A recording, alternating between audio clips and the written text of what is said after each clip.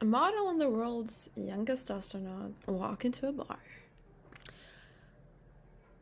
A few months ago, worthfeed, an account with more than 200,000 followers, and this text on their bio, plant emoji, everyone you meet is fighting a battle you know nothing about. Be kind. Always. Plant emoji. Published this photo. Here's the caption they used. A few days ago, a photograph of American model Kendall Jenner in a swimsuit went viral, showing what for many is the perfect body in a woman. On the right, a photograph of Alyssa Carson, the 19-year-old astronaut who became the youngest person in history to overcome all NASA's aerospace tests. You can probably work which of the two is most well-known and globally admired, yet this situation shows us the disproportionate value that society gives to exaggerated beauty stereotypes. While many women struggle every day to belong in historically male-dominated positions and trades, society continues to reward vanity and beauty over real skills and intellect.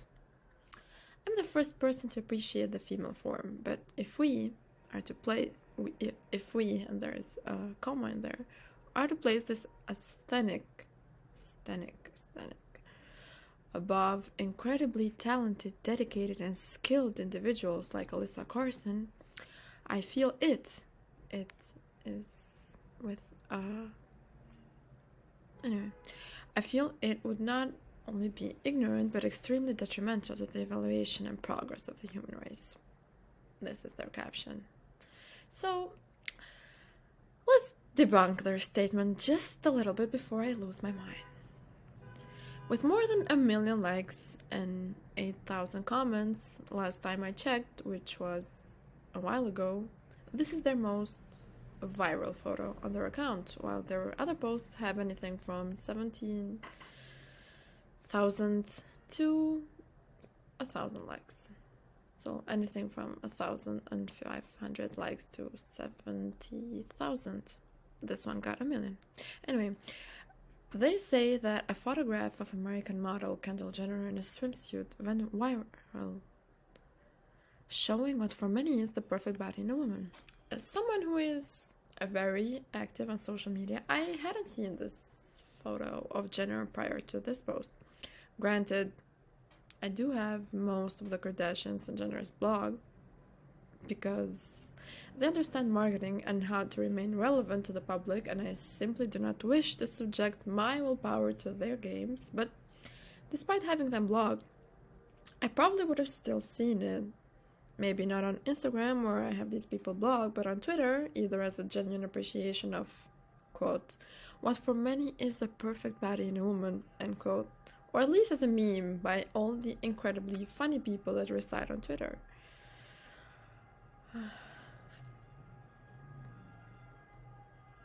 Beyond Twitter, I certainly would have seen something about this viral picture on the Cod's newsletter to which I'm subscribed. They cover fashion, beauty, politics, sex, and celebrity.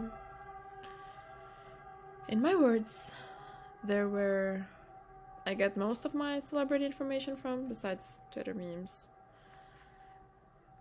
I found out from the Cod's newsletter about Audrey Gilman, the Wing CEO, that she was stepping down, that model Emily Ratajkowski was assaulted, that even that Bernie Sanders inauguration meme, and specifically they told me to stop contacting the woman who made Bernie's mittens. Well, me and other thousands of other writers. So it's how I heard Kim and Kanye were breaking up, and many other bits of information on celebrities that serve little to no purpose to me whatsoever.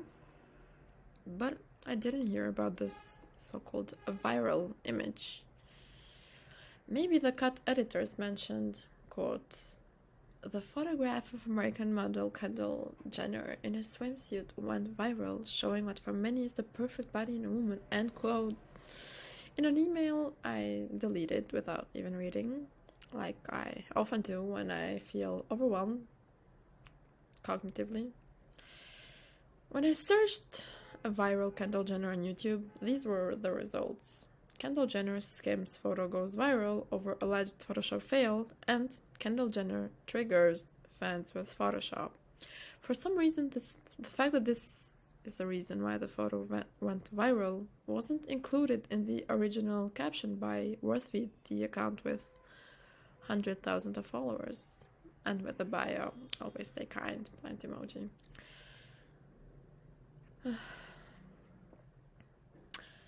In this essay, well, in this video, I will make a case that everyone needs to take Introduction to Psychology and Introduction to Marketing classes. There are many free versions of both online, and I hope you'll consider it after hearing my points. And if you find like an Introduction to Marketing Psychology, go for it. I believe in manifestation and that everyone gets what they deserve eventually, but I don't claim that I don't see injustice, that injustice doesn't exist in many areas of life. The world is unfair in many ways. It's especially unfair to poor people, black people, people with disabilities, and yes, in many ways it's unfair to women. But pitting women against each other with the excuse of avoiding what could be, quote, detrimental to the evaluation and progress of the human race, end quote, isn't justice in the slightest. Here's why I say people need to take some introductory marketing and psychology classes. I will mash the lessons and facts together in the hope that you'll see how often marketing uses psychology to make its point. Sex sells. Since its upload a month ago, and it's now been more than a month ago, Amazon's Super Bowl commercial, Alexa's Body, featuring Michael B. Jordan, has been viewed more than 78 million times, and this was a while back. Supposedly Alexa lived in Michael B. Jordan's body. We've been over this, and this point has been discussed at length in various documentaries and books and thorough guides and articles online. Sexual imagery grabs attention. Marketers love grabbing attention, and Freud thought almost everything was of a sexual nature, so a lesson on virality. One of the quickest ways to go viral is by jumping on a viral trend, hence why you might have seen hundreds of businesses sharing their own version of the Bernie Sanders meme, and why you'll see hundreds more brands jump on the next viral trend. Many social media experts advise using viral songs in your videos, and this doesn't even apply to businesses exclusively. Remember last year when millions of people posted black squares on their Instagram, many of which have now been deleted, in solidarity with the Black Lives Matter movement? The movement had been going on for years, and racism has been going on for longer than that. But all it took was for it to become viral, for people to start showing their solidarity in this very specific way.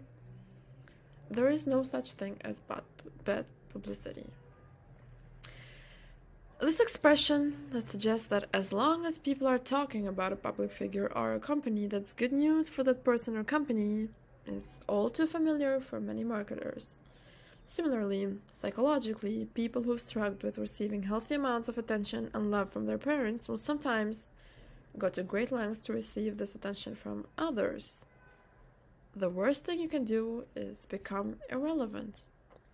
Socially and psychologically, we're meant to survive and cohabit with other people. It's one of the reasons why the COVID pandemic has been so rough. Depression rates doubled in the UK and tripled in the US.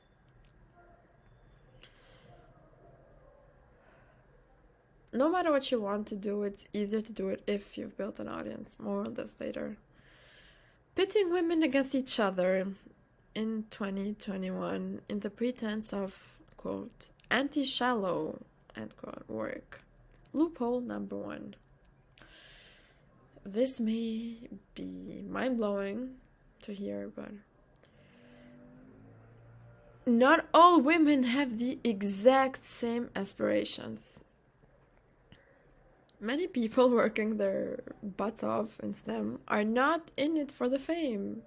Wanting to be famous isn't related to your worth or intellect whatsoever, and a lot of people in STEM want fame and have built large followings by sharing their findings. It's fine, it's fine. However, I think it's not wrong to say that most of the breakthrough research happening as we speak in biology, medicine, tech, economics, and everything in between is not very glamorous for the outside people, and most scientists lack the time or desire to build a personal brand. Similarly, I believe that the 19-year-old astronaut didn't sleep at night dreaming of becoming a model or an influencer like Kendall Jenner is. She dreamt of becoming an astronaut, or maybe even specifically the youngest person in history to overcome all of NASA's tests, so she did just that. Case study after case study has covered the Kardashians and Jenners as marketing geniuses. The spotlight is on them, and it has been for the last 13 years or so. They've gone on to build successful fashion and makeup brands. Their careers and livelihood literally depend on them being relevant. And this is the other point that I have a huge problem with. Loophole number 2. Disingenuous takes as if we're not directly contributing to the problem with what we're implying. I'll refer to the caption again. I'm the first person to appreciate the female form, but if we are to place this aesthetic above incredibly talented, dedicated, and skilled individuals like Alyssa Carson, I feel I would not only be ignorant, but extremely... It would not only be ignorant, but extremely detrimental to the evaluation and progress of the human race. At first glance, I thought aesthetic was a typo, and the author meant to say aesthetic, but no. According to the Merriam-Webster dictionary, aesthetic means of relating to or exhibiting asthenia, weak,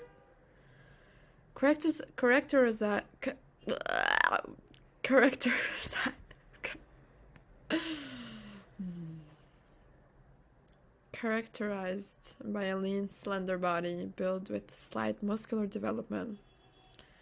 Now, I'll give the author the benefit of the doubt that they were referring to the second definition, and they weren't just calling Kendall Jenner weak. But here's what I won't give it to them about. Here's what I won't give the benefit of the doubt to them about, whatever. In saying, if we are to place this aesthetic above incredibly talented, dedicated, and skilled individuals like Alyssa Carson, they're blowing their cover. This whole take is so disingenuous, and the fact that it's hidden under trying not to be extremely detrimental to the evaluation and progress of the human race is what makes it cringeworthy. If you were so worried about comparing them, why are you doing it? The implication that people have placed Kendall's body above the incredibly talented, dedicated, and skilled individual Alyssa Carson isn't based in reality. And again, the author doesn't compare the two women, but compares Kendall's aesthetic with the incredibly talented, dedicated, and skilled individual Alyssa. So unless the reality is based on social media likes, which last time I checked, no matter what influencers or social media platforms would like us to have us believe, is far, far, far from the truth. As someone in her mid-20s, I've lived most of my life now on the internet. I've relived my successes, failures, my anger, heartbreak, confusion, and my exploration of finding my place online publicly. The internet holds pictures of us, our loved ones, our pets, our kids, us as kids, our preferences and desires, and every median household income laid out on the open for everyone to see. The author says, quote, "You can probably work which of the two is most well known and globally admired," end quote. completely disregarding the fact that one of these women has been in the public eye since she was born, and that her livelihood depends on her being known and globally admired, and how adamant Kendall Jenner and her family have been about their desire to remain in the public eye. Reflections on Delusion.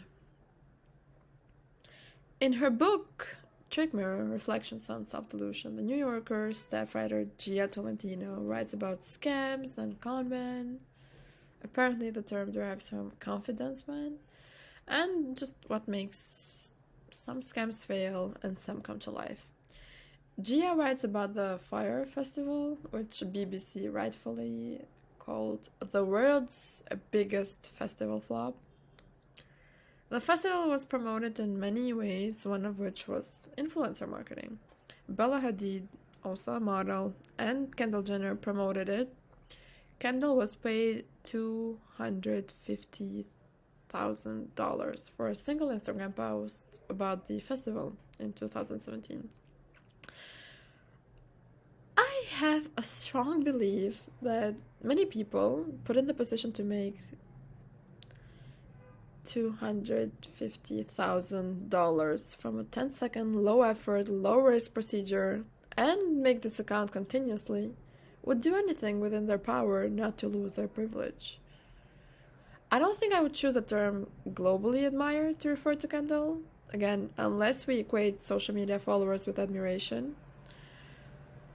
But as I explained in another article I did about how show views double when we feel hate about a show, and this is based on analysis of more than 400 series, equating followers or viewership with admiration or even like isn't exactly right, because for every 0.1% increase in hate answers, so answers that people gave that they hated the show, viewership increased.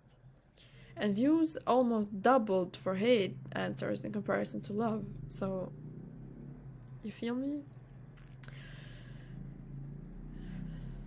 The author of that caption comparison writes, "Society continues to reward vanity and beauty over real skills and intellect.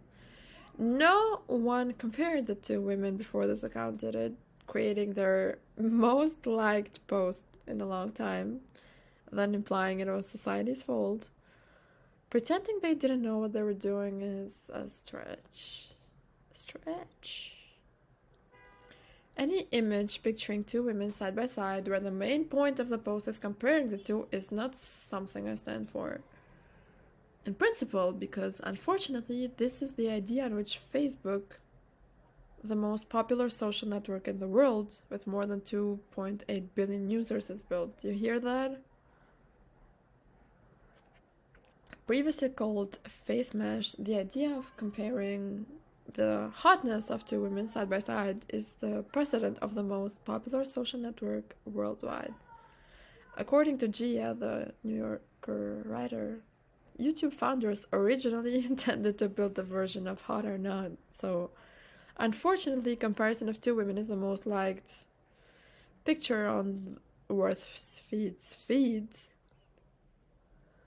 A self-named entertainment website with the bio, plant emoji, everyone you meet is fighting a battle you know nothing about, be kind, always, plant emoji, end quote, and more than 200,000 people watching along. It's how we continue to fail women who don't look, live, or think like us with the excuse that we're doing it to protect the 19-year-old's achievements, even though they were never, ever put into question. No matter what you want to do, it's easier to do it if you've built an audience. On Twitter and Instagram, I saw posts saying how fucked up our world is since the kidnap of Lady Gaga's dogs got more news coverage than Asian hate crimes and schoolgirl kidnappings in Nigeria. Now, with a quick Google search, I found that Lady Gaga has 46.5 million Instagram followers and 84 million followers on Twitter. A lot of people blame our obsession with the wrong things on social media and technology. But like many things, this is also a tale as old as time. A tribe with 100 people is more powerful than a tribe with 5 people. Call it influence, having an audience, or whatever. This is the way sociology and humanity work. With one single tweet, she can reach 84 million people. But who's to say these people aren't interested in what's happening in Nigeria? This belief that people can only care about one thing at a time is absurd. From the way online sharing and celebrity platforms backed up by huge marketing strategies worked, I'll bet that it's easier for people to retweet Lady Gaga's dogs that they're missing than it is to speak up about what's happening somewhere else, which would include doing a little, usually a lot of research depending on how internet savvy they are and which news sources they get their information from, finding what the next actionable steps are to recommend to the people, follow them. It's easier to share, to retweet Lady Gaga's "My dogs are missing" tweet. And don't get me started on the whole thing, but the more something threatens your identity, the more you will avoid doing it. And like it or not, being perceived as political or as a social justice warrior can be quite identity threatening for people not used to expressing their views online. I think this is why it was easier to post that Black Square last year than not to, since most people were doing it. It would be identity threatening to go against the tide by refusing to post and maybe prompting self-doubt about our own racial biases. Liking a picture of a model in a bikini doesn't mean you're undermining the incredible success of the youngest person to overcome all of NASA's aerospace tests. There's no correlation between these two events. A high moral ground is an enjoyable place to be, sure, but at the end of the day, when we go to sleep at night, all we have is who we are when the world isn't watching. In an increasingly connected world, it's easy to assume that a huge part of our identities resides online, in our words and our silences, and that if we're good people online, we're good people offline. But just like it's easier to retweet Lady Gaga's dogs and harder to publish what's happening in Nigeria, it's easier to look outside rather than inside. It doesn't mean it's right, though.